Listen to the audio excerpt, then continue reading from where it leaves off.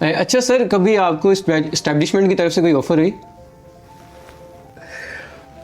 देखो मुझे या उनकी भी इतनी जरूरत नहीं हुई कि आपको ऑफर करें? एक वजीर साहब आए थे, तशरीफ लाए थे जी, लेकिन शायद वो 26वीं तरमीम के ऊपर आए थे जी। तो वो मुझे गवर्नरी भी ऑफर हुई और मेरे बेटे को उन्होंने कहा अटॉर्नी जनरल बनाते हैं। चूंकि वो मेरा दोस्त था, मैंने उसको उठा के तरमीम के वक्त उठा के बाहर नहीं फेंका क्योंकि मेरा दोस्त था। तो नाम भी मैं नहीं लूँगा।